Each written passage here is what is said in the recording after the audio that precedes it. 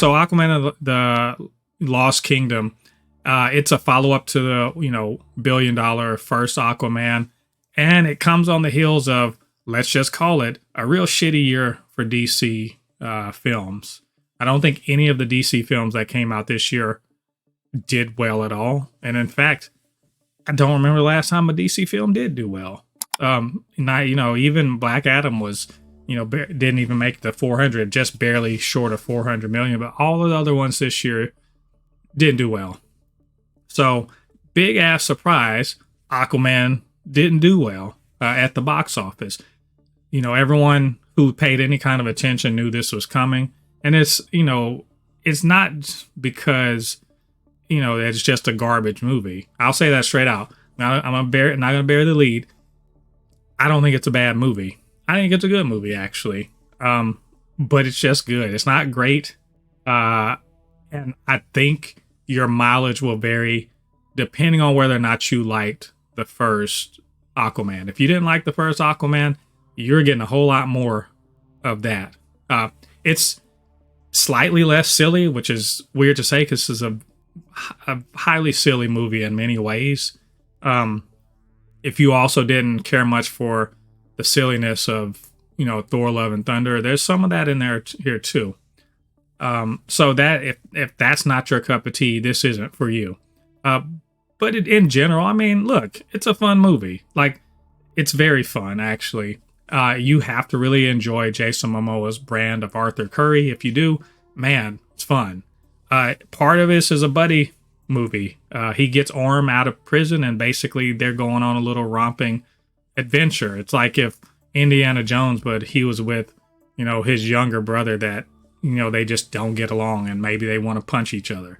But Patrick Wilson is playing very straight as Orm versus Jason Momoa's dude bro Arthur Curry, and it's actually pretty fun to watch.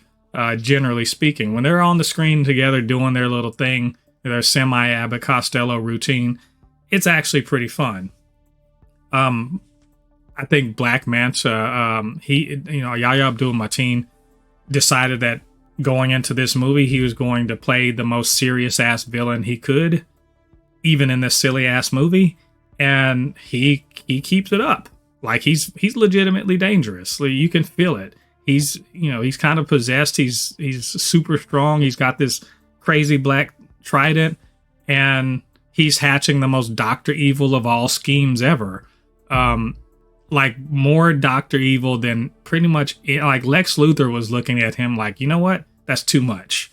It's all because of, there's some Atlantean magical shenanigans going on that pretty much are making this happen. And I mean, he's fun as the villain.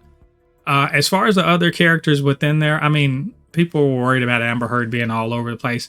I mean, I think I heard someone say she was in it for 20 minutes. I didn't even think she was in it for that long, but hey, she was in it. But they pretty much made sure to limit her time and her role. And for being married to, Arthur Curry, they don't spend much time around each other. They kissed one time in the whole movie. And I was like, boy, nobody believes you guys are together. If y'all are together, boy, y'all are sleeping in different bedrooms or some shit. I don't know. They also have little baby Arthur. He's, peeing in Aquaman's mouth and generally just being the damsel in distress in a certain part of the movie. Okay, cool, I guess. Pretty much, like everybody else is sort of, they're there. Yeah, they're there. We got, Randall Park is, he plays a timid scientist that's in and over his head, like we saw at the end of the last Aquaman. And he's just sort of, getting bullied around throughout the movie until he decides to, like, I guess, do better. We also have Dolph Lundgren returning. I forget the name of his character, but he's a king. We got a guy he's a big old crab. I mean, look, there's, like I said, there's a lot of silly shit going on. There's, we see Atlantis, and it looks like underwater Wakanda. It looks like Talocan, but like with so much neon on it. It all looks like it's some weird fantasy underwater kingdom. And in a way I like it, because that's what DC should be like that. It should be more Technicolor than what we see in Marvel or Sony or whatever. So I do enjoy that aspect of it. And there's a lot of CG action in this, and the set pieces and everything like that. They're all well constructed. There's a lot of really cool looking stuff.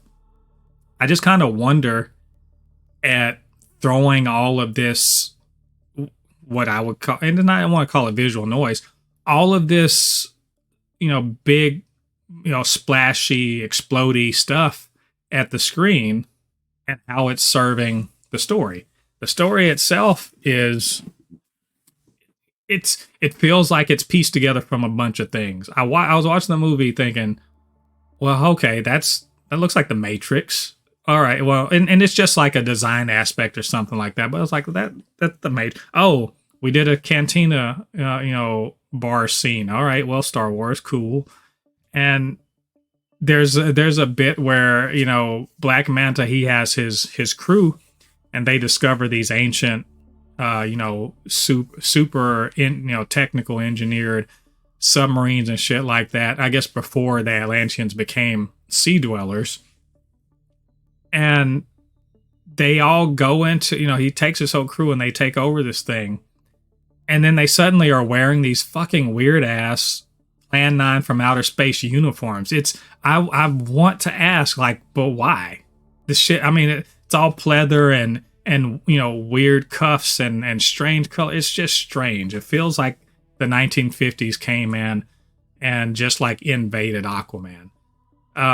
I mean, like I said, it borrows from a lot of things. It's a very, very simple ass story. This guy, he's got this plan to fuck up the world, and Aquaman and his brother got to go and stop it. And they just go do it. It's like Indiana Jones. They're going from one location to another, punching things. Eventually, there's a big old horde of zombie things. They got to fight this guy, and ultimately, they're gonna prevail. So for the most part, I mean, it's a simple ass story. It's well played. It's good. I had fun watching it. I did see this twice. The second time I was sort of nodded through a lot of it. The final fights were really cool. I think Momoa is really physically like imposing in there. It's cool stuff. It's just character wise, wasn't super interested in a lot of what was going on. Except at the very end, there was a part between Orm and Arthur that actually, I was like, oh, for this one scene, we're going to actually act in this one. All right, cool. We're not just going to like bro it up or whatever. We're going to actually try to bring some real emotional stakes. All right, it was good. I liked it. So at the end of the day, I'm going on and on about all this stuff. Look, it's not a perfect movie. I think it's probably too long by maybe 15 minutes. There's a whole lot of like silly shit going on in it. But I mean, Atlantis is in and of itself. I mean, a guy's riding around on a fucking giant seahorse, and there's an octopus that's a secret agent. It's all silly shit all the time. So once you accept that, some of the silly things that I'm talking about are more plot wise, more why would you do that sort of questions.